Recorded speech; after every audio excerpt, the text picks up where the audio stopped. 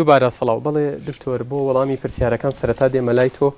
سێ خولەکتەیە بۆ وەڵامدانەوەی پرسیارەکان تا کورتتر بێ باشتر. بۆ پرسیاری کاک پێشەوە وتم سیاسەتی حەکیمانە. سیاسەتی حەکیمانە ئەو سەستەیەکەوە بەرژەوەندی کورد لە چاو بگرێت نەک ناکۆکی حیزباتی ئەوە بە کورتێکە یعنی حەقی کوردیش یعنی ناوەندێک شوێنێکمانە بێ لەبێ بڕیارەکان ینی هەمان بێ و لێ وەریگرینەنی وەکو بڵێ مەجلیسی ئەمنی قەومی کوردی بێ یان ناوەندێکی بڕیاردانە بێ لە کووردا سەرۆکەکان و هەموو لایەنەکان لەوێەوە ئەو شتانە وەرگرن بۆی بەرژەوەندی کورد لە بەرچاو بگرن نەک بڵین خلافی یان ناکۆچی نێوان حیزباتی ئەو کاک مراد محەممەد باسی کرد سیاسەتی تاالبانیان بارزانانی بۆ مالێکی باشترە من پێم وایە لە سەر دەسات چاکی خراپی نیە سیاست ئەوەیە تۆ هەد ئامانجێکردێ ئەو ئامانجت بێنە دی جا نازانم ئێستا سیاستێکی و پاچێتی و پارتی لەوەیەکەوە بۆ خۆیان ویان ڕێخستووە بڵین ئەویان لەگەڵ لایەنێک پەیوەندی باشێ ئەویکان ئەوە بێ یان هەر بۆ خۆی ئاوا هاتووە ئەوان نازانم بەڵام بە شێوێکی ئامێبی من پێم وایە هەموو بەرپرسانی کورد دەبێت لەگەڵ لایەنەکانی تری غیری کورد لە عێراقدا سیاستەی وا بکەنکەوە ئامانجەکانی کورد بێن نەدی ئەو برادێری تر باسی خیتابی یەکگرتووی کرد ناوەکەی نازانم تاان کورد دەبێ خیتابی یەکگرتومانە بێ یعنی تۆ ئەگە بێبێ بەرنامە هەجی شەپکەی شتەکەت سەرکەوتنێ بەرنامەکەمان چیە لێرە هەموو لایەنەکان ڕێککەوین بەرنمەیەک داڕێژین بۆ بەغدا بۆیکەوە ئەو داخوازانی کورد کە لە دەستوری عێراقیدایە جدوەلێک یان خشتێکی بداین بۆی کەوا جێبەجیانکەین و هەموو لێوە تعلیمات وەرگین ئەوە ئەوێت کاگە زانا عومەر نازانم ئەوەی منەوە زەم باس ڕاگرن دەستوری کرد لە دەستوری عێراقدا هیچ مادەیەک نێ باسی ئەو کەوا دەستور ڕابگیرێت بۆ کەسی ژنێتیانی ئەوە ڕناگیرێ وەزانم کاک بیلال نامیق باسی ئەو بکردکەوەمانەوەی کورد لە بەغدا کابراایەکێ ناوی جۆناسان ڕانداڵە سوحفێکی ئەمریکا دەڵێ کورد 10 ساڵ 15 ساڵ شەڕ دەکە بۆ ماوەی 5 دقە لە مێزی مفاوازە دەیدۆڕێنێ ئێستاش ئێمە ئەگەر بێت و لە بەغدابین بۆ خۆمان دەتوانین یاساکان دەرکەین دەتوانین یاساکەم گۆڕین وابێ لە بەرژەوەندی کورد بێ بەڵام ئێمە کە لە بەغدا بکشێنەوە ئەوان دەری دەکەن وەکو زمانی ڕابردوو زۆرمان زیان کردووە ئەگە بۆ خۆمان لە بەغدابین و ینی داکۆچی لە بەرژەوەندەکانی کورد و لەو یاسانە وا بکەینکەوە بەرژەوەندەکانی کورددا ڕنگداتەوە ئەومان باشترە نەک بایتەخت بۆوان چۆڵکەین لەوانەیە هەندێک لیان پیان خۆش بێ کورد لە بەغدا بکشێتەوە بۆی جارێککە ئێمە بۆ متەمەڕی دوانە بزان و جارێککە شەڕ دەست پێکاتەوە بەڵام بۆ کورد باشترەوە هەمیشە لە بەغدا بین و داکۆچیان لێ بکەین و لەگەڵ لایەنەکان بە جۆرەی دەستوری عێراقی ئەوە ئەوێن باسی ئەوزانام دەرێک لێرە باسی حەفدەی شوباتی کرد ئەوەختی لە خۆپیشاندانەکانی حەفدەی شوبات ئەو بڵین لە کوردستان شتێ دروست بووکە لە کەرکووک خەتەری لەسەر و هێزەکان چونەوەی ئەوەش لەانی پۆپۆزیۆن وا بوو ئەوە تەبریدێکی حکوومەت هێرمی کوردستانە بۆی کەوا فشاری خۆپیشاندەران لەسەر حکوومەتی هەرێم کەم بووتەوە ئەو تەفسیری بۆ کراوە برادێکی تر سوالەکان هەنگاو بۆ ئازام پرسی علاقەی کاکەنگاو کامە بوو کێشەکانی هەرێم و بەغدا لە قازانجی کوێ پرسیارەکەی بۆ جۆرە بوو بڵێ ڕاستی هەمووتانی کردەوە بەڵێ ئەو کێشەیە من پێم وایە ئەو ئەگەر بێت و تا عێراقێکی مستەقیر و سەقامگیر بێت و دەستور جێبەجێ بکرێ ئەوە لە بەرژەوەندی کوردای ینی ئێستا لە بەرژەوەندی نە لە شیعەت نە بەرژەوەندی شیعە نە بەرژەوەندی سونە نە بەرژەوەندی کوردنێکەوە ئەو ناسەقامگیریکەوە لە عێراقەیە بەڵکو هەموو لایەنەکان شتێکی لەوە دەکەنەوەکەوە ئەوان پەیوەستن بە دەستوری عێراقیەوە بەڵام کە دێتە سەر یاساکان زۆریان ینی هەرێکە و داواکاریش لە یاساکاندا وەکو محکەمەی اتحادی ئێستا لیژنەیەکە پێڵێن لیژنەی فقاعە ئەو لیژنە 5 کەسە لەسەرەوە تا ئێستاکە قانونی محکەمەی اتحادی دۆک لەسەر ئەو 5 کەسەیە لایەنی شیعە بە 3 کەسمانە بێ دۆکانی کەس بڵێن لایەنی کورد و سونە بن لایەنەکانی بڵێن کورد و سونە داوا دەکەن ئەڵێن دوو شیعە بێ یەکیان مەسیحی بێ و لەگەڵ یەکیان بڵێن عێراقی و یەکیان کورد بێ ئێستا لەسەر ئەوە ڕێک ناکەون چونکە ئەو لیژنەیە کە دروست دەبێت لیژنەی فۆقە زۆر گرینگە لەوانەیە عێراق بەرەو وڵایەتی فەقیه بێت جا تا ئێستا محکەمەی اتحادی کەماوەتەوە لەسەر ئەوەیە کە لەسەر ئەوانە ڕێک ناکەون شتێکی تریش وەزام خێڵان بوو خێڵاوەتی کورد بەرنامەی نییە زۆر بە کورتی زۆر بە کورتی کە دەڵێم کورد بەرنامەی نییە ناوەندێکمان نییە پرسی پێ بکەین بۆ بڕیاردان ئێستا لە هەموو وڵاتان ئێستا بۆ تورکیا مەجلیسی ئەمری قەومی تورکیە لە هەموو وڵاتەیە ئەو وڵاتان و ئەمریکا مەلاین دلار سەرف دەکات بۆچی بۆ مؤتەمرات و وەرکشۆپ ڕای ئەو پسپۆران وەردەگرێت کۆی دەکاتەوە بیداتە وەزارەتی خارجی بۆی وەزارەتی خارجی ئەمریکی لەسەر ئەوڕیانە بڕە بەڵام لە داخەوە لە کوردستاندا ئەو مؤسسات و دامەزراوەمان نییە کە هەموو لایەنەکان لێەوە بڕیارەکان وەرگرن و جێبەجێکن. بەڵێ سوپاس دکتۆر ئاکۆ دێمە لای تۆ ئەگەر پرسیارێک تا ڕاستە کرابێ. وەڵام من لەوەی کاگاریەوە دەست پێەکەم بەڕێزی وتی پێم سەیرە کە تۆ پشگیری لە گۆڕان و یەکێتیەکەی دیارە من نەموت پشگیری لێکەم وتم ئەگەر بێبەش کرابن پرسیان پێ نەکرابێ حەقی خۆیانە کە ئەوان بۆ شێوەیە هەڵوێز نبینن. دیارە من مەبەسێکی سەرەکیم لێرە هەیە من مەبەسم وەیە کە ئێمە پێویستە وەکو کورد لە هەندێک مەسلەی استراتیژیە و بە تایبەتیش لە پرسەنەتەوەاتیەکانە لەگەڵ حکوومەتی ناوەندیە ئێمە پێویستە خیتابی خۆمان ڕێک بخەین و لە هەمان کاتە ئێمە یە گوتار بین و ئێمە بەهێز بچینە بەغدا. بەڕاستی هێز تەنها ئەوە نییە کە تۆ ژمارەی چەکدار و لە ڕووی ئابوووریەوە بەهێزبی هێز لە بەشێکی گەورەی هەیە لایەنێکی تری هەیە کە هێزی سیاسیە هێز لە ناوخۆ دەست پێەکان نەک لە دەرەوە ئەگەر هاتو تۆ لەسەر ئاسی ناوخۆ بەهێزبی هیچ لایەنێکی دەرەکی ناتوانێت ڕەخنەت لێ بکرێت یاخود درزت تێبخات یاخود بە شێوەیەکی تر بەکارت بێنێ ئاژاوت بۆ دروستکە. ئەگەر بەهاتە لە هەرێمی کوردستانە بنەما دیموکراسیەکان زیاتر بچەسبینە و ڕێزی ئازادی و لایەنەکانی تر و یاسا سەروەر بواە و بە جددی دامەزراوە ڕسمیەکان ئاکتیو بوونە و بەکاری خۆیان هەڵبسانایە واتە سیستمێکی تەندروستی دیموکراسی لە هەرێمی کوردستانە بواە ئەو وەختە ئێمە زۆر بە ئاسانی گەمەکەمان لەسەر ئاسی دەرەوە بردەوە ئەو وەختە مالکی ناهات منەت کا بەسەر ئێمە یا ڕەخنەمان لێ بگرێت لە تەلەڤیزیۆنەکەەوە پێمان بڵێ ئێوە نەوتەکەتان وا لەکەن ئێوە بۆ شێوەیە گەندەڵیتان هەبوو ئەوە بۆ شێوەیە بوو بۆیە پێویستە ئێمە ئەگەر بمانوێ ئامانجەنەتەوەیەتەکانی خۆمان بهێنی نەدی ئەبێ لە ناوخۆ دەست پێکەین ناوخۆی هەرێمی کوردستان باش بکەین هێز لە ناوخۆ دەست پێکان نەگلەوەی کە بڕین لە دەرەوە یاخود لە هەندێک شوێنی ترەوە زۆر بە کورتی دکتۆر. بەڵێ پرسیارێکی تر کاکزانە کردی پێم وابێ دکتۆر بازی جوابیایەوە کە دەستور ناتوانرێت ڕاگیرێت بەڵام مشکالێتێکمان هەیە کە کار لە حقیقەتە زۆربەی لایەنەکان نەک تەنها مالکی کار بە یاسا بۆ بنەما دەستوریەکان ناکەن و کاتێکیش دیکتاتۆرێت دروستە بێت کە بەدەر لە دەستور و بەدەر لە یاسا دەسەڵات بگرێتە دەست و ئەو وەختە هەموو یاساکان پێشێل بکات یاخود دەستور پێشێلکە. بەڵێ سپاس کاگعارف دێمە لای تۆ گەر بە کورتی وەڵامی پرسیارەکان بیتەوە بۆی باسی نزیکبوونەوەی یەکێتی و گۆڕانی کرد کاریگەریەکانی چێوێت لە مەسلەی مالیکی من پێم وایە نزیکبوونەوەی یەکێتی و گۆڕان تەنها کاریگەری ئیجابی نابێت لەوەی کە تەنها لە بەرامبەر مالیکی یەک هەڵوێز بین ینی با ئێمە ڕاستیەکەی بینە پێشتاوی خۆمان ئەو درزەی لە ناوی یەکێتی دروست بۆ دروستبوونی گۆڕان بۆ هۆی ئەوەی کە ینی ئاشتی کۆمەڵایەتی لە کوردستان بە ئەندازەیەک تێک بچێت کە ڕەنگە هەروە بە ئاسانیش جارە چاک نەبێتەوە ڕەنگە ئەم کەلتوری یەکتر قوبوڵ نەکردنش تازە نەبێت لە مێژووی ئەمە ڕێگوڕیشی قوڵی هەیە شۆڕبوونەوە مێژوو بەردەوام براکانن دەستیان چۆتە خوێنی براکان ئەوەندەی دژمنانمان زەفەریان پێبردوین دوجار هەر لە پراوێزی ئەوەیە بۆ کە خۆمان ناکۆبووین بۆیە هەر هێزێکی سیاسی لە کوردستانە گەر بگاتەوەی نزیک بنەوە چارەسەری چێر و گرفتەکانیان بکەن من پێم وایە بە خزمەتی یەکڕیزی خەڵکی کوردستان و خطابی کوردی بە قازان دەشتێتەوە بە تایبەتی یەکێتی و گۆڕان چونکە ئەو سراعە زۆرتر لێرە قوڵ بۆ لێرەشەوە چەکەری کرد بۆەوەی خلافات دروست بێ لە بینی جارێکی قوڵ بێتەوە بۆ نێوان پارتی و یەکێتی و ئەوەی بەغدا و هەرێمی کوردستانیش کاکسەر بەس باس گلەی لە میدیای کوردی کرد بەڕاستی ڕەنگە و گلەی زۆر بەمان بێت بەداخەوە میدیای کوردی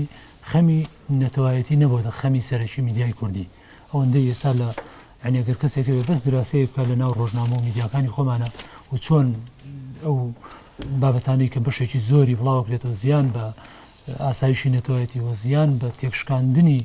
ئینتیما بۆ نەتەوە نیشتمانەگەێنە من پێم وایە زیانەکانی ڕەنگە ژمار نەکرێنەوە بە زۆرن و ئەمە گلەی هەمومانە و خۆشمان میدیاکاری نەبێ هەست کەس لەلای خۆەوە خۆمان بە بەرپرسیار بزانین بە ڕێزێک باسی ئەوەی کرد کە دەنگ لە دەست چووە سەبەبەکەی من گوایوتم پارتیویشێتی پشتی شێریان بەرەکەوێ ئەوە لێ ئۆپۆزیسیۆنیش بەرپرسیارە من ینی سەرەتا قسەکانیش بۆ بڵێم هەمومان مەسئولین لەوەی کە نابێ خۆمان بزینەوە بەڵام ڕاستیەک هەیە دەبێ خۆمان هەڵ نەخەڵەتێنین دروستبوونی گوتاری کوردی یەک گوتاری بە دروشم دروست نابێت یەک گوتاری دەرەنجامی ئامانجی هاوبەش و استراتیژی هاوبەشە ماومە دوو بڕگەم ماوە دەبێت زۆر بە کورتی هەوڵ لە سێخولەکە کەس لاتان ناوە من وەبزەم کەمتر قسەم کرد لەسەرەوەی تاگلێنە حکم لە عێراقا کرێت دەجاری تریش مالیشی بگۆڕین دە مالیشی تریش بێ دڵنیا بن هەر تاگلایەنێ چکە خەلەلێکی لە دەستور دەسەڵاتی لە یەک جونگەیە کۆ کردوێتەوە کە ناوی ئەنجومەنی وەزیرانە بۆیە شەڕیشیان بوو لەسەر پۆستەکە دەبێت سوڵتە لە عێراق تەوزیع بێتەوە بە یەکسانی بەسەر هەموو دەسەڵات ئەو سێ پۆستە سەرەکیە خەندەخان پرسیارێکی لەسەر چ نمونەیەکی بکەینە نمونە تا ئێمە لە عێراق دڵمان پێخۆش بێ بۆ مستەقبل بڵێن پێکەوەژین کەمە دوا قسەمە لەسەرەوە بە باوەڕی من يعني ئەمە بەشێکە لە بدبختی و نەکبەتی کورد ئێمە قەدەر وای کردووە لەگەڵ کۆمەڵگایەکی خیاڵیشی ئەژین کە ناوی عەرەبە سەدام کەڕوخا کە سەدام ئیعدام کرا بە باوەڕی من دەبوو بێتە عیبرەت بۆ هەموو بەشەریەت بەڵام 2 ساڵ دوای ئیعدامکردنی سەدام بەشیرمان بینی لە سوودان چی کرد ئەمە پەیوەندی بەم کەلتورە خیاڵیشیەوەیە کە لەم ناوچەیەن کە ناوی عەرەبە کە ئێمە لەگەڵ ئەژین تاکە چارەسەر ئەوەیە کورد دەبێ بیر لەوە بکاتەوە ڕێگەی دەربازبوون بدۆزێتەوە چۆن لەگەڵ عەرەب ڕزگارمان بێت چۆن بینە خاوەنیانی نەتەوەی خۆمان کاگات ڕەزاق دێمە لای تۆ تۆ شەروەکەوانگەر بە کورتی بێت باشەکان وڵی ئەگەر ناوەکان بیر چوو ورم برادێک پرسی کاکزانە نازانم کاکزانە کێشە نابێت گەر وەڵامی پرسیارەکان بیتەوە خۆیان دەزانن دروست نەکرا جەنا بۆیە نیە من ژەڵم بۆچی دروست نەکرا وڵی لە ڕووی عاتفیەوە من نازانم لە ڕووی سیاسیەوە ئێستا ئەو زۆرە کێشێ باسی بکەین ئایا زڕوو لەبار بوو بەڵام لە ڕووی عاتفیەوە وڵی خۆزن ڕاستە ینی زۆر ئەو پرسیارێکی زۆر معقولە ئایا ئەکرا ئەیترە بێەوە ئەگەر بتەوێ باسی بکەیت وەکوتم زۆرێک ئەویرێکە ئەو زۆرە کێشێ کاک دیلان باشم وت کاک دیلان نامیق وتی سەر بیلال کاک بیلال وتی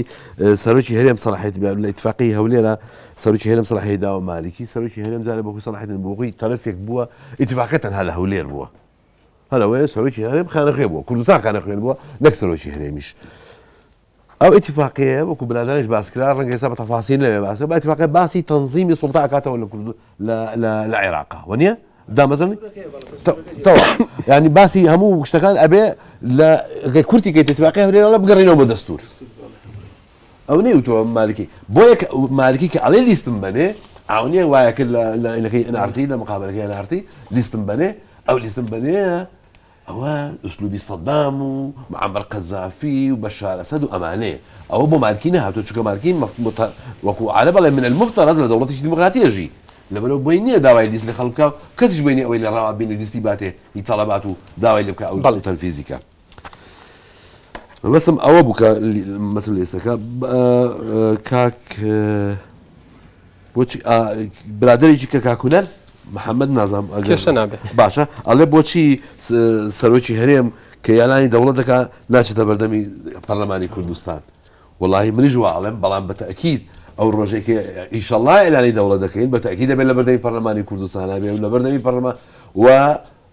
من بۆ خۆم سیناریەکەم لە بەرچاوە بێ جەنای بەمجاریش لەوێ بێ و ئەبێ کاکنەشیوانیش لەوێ بێ و ئەبێ هەموو حیزبەکانی کوردستان لەوێ بن چونکە ئەوە قەرارێکە مەسیری هەمومان نەک هەمومان 5 ملیۆنەکەی هەرێمی کوردستان 40 ملیۆن کوردی پێوە بەندە لەبەرەوە بەتەکید ئەوە قەرارێک نییە وەکو کاک عارفی سارت بکرد نە سەرۆکی هەیە بەتەنیا بیدا نەسەلاحیەتی ئەو بێ نەبی شێوێ و نەهەنگاوی باشانێ بەتەکید دەبێ هەمومان ڕازی من لەسەری چۆن لە ساڵی 2005 لە ڕاپرسەکە 9.5 کورد نەیوت دەوڵەتمانەوێ بەڵاش ئێستا میژەڵم لە ئاخر قسەی خەندەخان وتی چۆن لەگەڵ عێراقا وان ببژین بە تەسەوری من بە تەسەوری متەواضعی من عێراق تازە وەکڵچیەوە نەماوە لەگەڵیا بژین ئەبێ وەکو ڕێچکەیەک ڕێبازێک شوێنێک بدۆزینەوە یا دەلیڤەیەکی تاریخی بدۆزینەوە تایە کە بڵێن کاکەجان خوا حەفیزتان بێت لە ماڵی خۆتان بێژە ماڵی خۆمان هیوادارم ئەو فرسەتە تاریخیە زوو بێت بەڵێ ئەسپاس کاگارە دێمە لای تۆ بۆ قسەکردن لەسەر تەوەریەکی گرنگی تری بەرنامەکە مالکی لە چاوپێکەوتنەکەی نارتیا وتی مادەی 140 لەلایەن نەزانێکەوە نووسراوە یان بە ئەنقەز واداڕێژراوە تۆ تا چەند لەگەڵ ئەم قسەیە هاوڕای وڵا بەدڵنیەوە لەگەڵ ئەم قسەیە نین مادەی 140 من ینی کاتی خۆشی ڕەمەوە بوو ئێستاش و بەداهاتوش پێم وانە بووە نەخشە ڕێگایەک بێ چارەسەری کۆی کێشە نەتەوایەتیەکانی ئێمەوە کێشەی خاکی ئێمە بکە لەگەڵ عێراق بەڵام دوجار بەپێی ئەو ناڕزایەتیانی کە هەبوون لە عێراق و نارەکانی تۆش کۆمەوە نەبوو تەنها کوردی نووسێتەوە ئەکرا بڵێن مادەی 140 دەستکەلایەکی باش بوو بۆ ئەوە ئاساییکردنەوەی ئەو ناوچانە و دوجار بە شێوەیەکی یاسایی و دەستوری چارەسەر کرێت کە بە مادەی 140 ئێمە هێشتا بەشێک خاکمان لەدەستەچێت یعنی کورد دەتوانم بڵێم تەنەزولی زۆری قبول کرد کە مادەی 140 قبول کردو بەڵام ئەمەی مالیشی من بە سوکایەتی تێگەم کە بەو مەفهومە لە تەلەڤیزیۆن ئەڵێ بە تایبەتیش کە بەرپرسیارەکەی لە کۆڵ خۆی کردەوەتی ئەوەی پەیوەندی بە منەوە تەواو بووە ئەوەی ماوە داهێشانی خەڵکی ترە مادەی 140 کە چەند بەند و بڕگەیەک وەداخەوە وتت کاتەکەت کورتەوانە مالیکی ئەوەی کە ئێستا جێبەجێکردووە تەنها پێکەنانی لێژنەیەکە بۆ قەرەبووکردنەوە و تا ئێستا کەمتر لە 150 قەرەبوو جێبەجێکراوە بە شەشی چ جای بەند و هەرگەکانی تری تا ئێستا لە لیژنەی باڵای مادەی 140 7920 خێزانی عەرەب ماوەن قەرەبوو وەربگرن کەواتە بەو شێوەیە کە دەڵێت کێشەکە ئێستا لای سەرۆکایەتی کۆمەڵ و پەرلەمانە و لای سەرۆکایەتی ئەنجومەنی وەزیران ئەمە نزیکەی نەماوە 500,000 عەرەبەکە کە بەپێی دەستور ئەبێ بڕۆنەوە مالیکی خۆی لەمە دزێەوە و 11,900 شتێکیش 11,262 ئایلی عەرەب تا ئێستا تەعویزی وەرگردووە ڕەنگە 5,000 لە کەرکووک ماوە نەڕۆشنەوە لەبەرەوە مالیکی ئەمە یعنی شتێک بفڕیدا یعنی جۆرێ لە کۆڵکردنەوەی مەسئولیت لە کۆڵ خۆی ژینە مالیکی بەپێی دەستور مەسئول بوو ئەبوو لە پێشترە جێبەجێکراوە لە بڕگەی 22 کارنامەکەی خۆیدا خۆی پابند کردبەوەی لە وادەیەکی دیاریکراوە بە چەند قۆناغی جێبەجێکرا زەحمەت نەبێ کوا تەعویزی ئاوارە خۆ هەموو ئاوارەیەکە بێ بەپێی دەستور زەوی وەرگێ کوا گەڕانەوەی مەفسوڵینی سیاسی کوا چارەسەرکردنی کێشەی نیزاعاتی ملکیە کە ملیۆنێک و 200,000 دۆنم زەوی کشتتوکاڵی کورد و تورکمان لە کەرکووک تا ئێستا دەستی بەسەرگیرەوە لەلایەن عەرەب ئەمانە پێش دیاریکردنی سنووری پارێزگاکان ئەنجام بدرێن بەڵێەوە بەپێی دەستور بەڵێ ئەمە هەر لە قۆناغی قەرەبووە جارێ بەڵام مالیکی وەفدێکە نێرێ بۆ کەرکووک 5,000 دۆنم زەوی لە کەرکووک کردوێتە وەقفی شیعیەوە بەبێ ئەوەی ئیداری کەرکووک ئاگای لێبێ بێەوەی گروپی ئەنجومەنی وەزیران ئاگای بێەوەی وەزیرە معنیەکە ئاگای لێبێ لەبەرەوە مالیکی ڕاز ناکە بەداخۆ بەرنامەکە ینی تەوەرێکی کەممان بۆ تەرخان کرد و تێر نابێ من داواتان لێکم نارتی حەقە چۆن مالیکیتان داوت کرد بۆ بەرنمەیەک بەرنمەیەکی تابێتش بکەن لەسەرەوەی خەڵک بێشی کاری بۆ قسەکانی مالیکی بکات چکۆ ئەمە